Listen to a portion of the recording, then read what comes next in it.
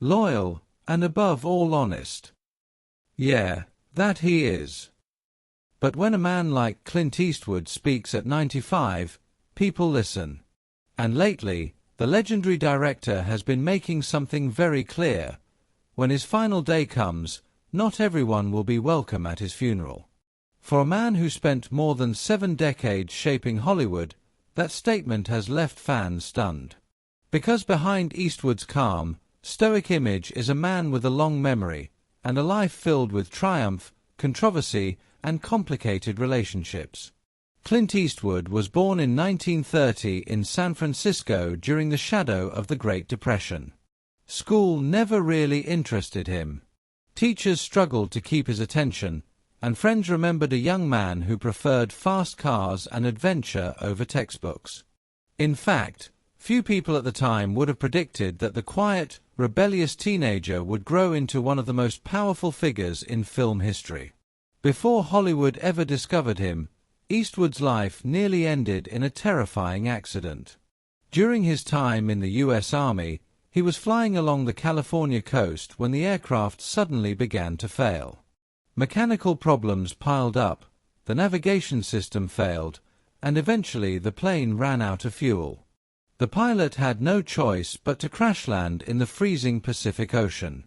Eastwood and the crew were thrown into the dark water miles from shore.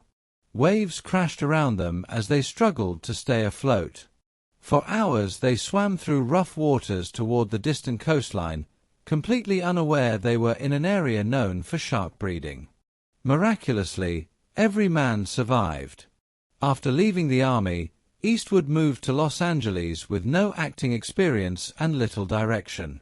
His big break came almost by accident when a cameraman noticed him on a military base and thought he looked like someone who belonged on screen. That chance encounter led to a contract with Universal Pictures, though the early days were anything but glamorous.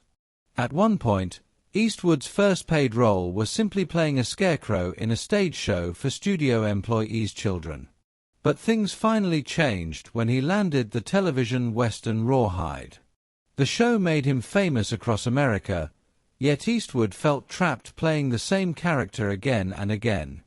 So he took a risk that most actors wouldn't dare. He traveled to Spain to work with a little-known director named Sergio Leone on a strange, low-budget western called A Fistful of Dollars. That gamble changed everything.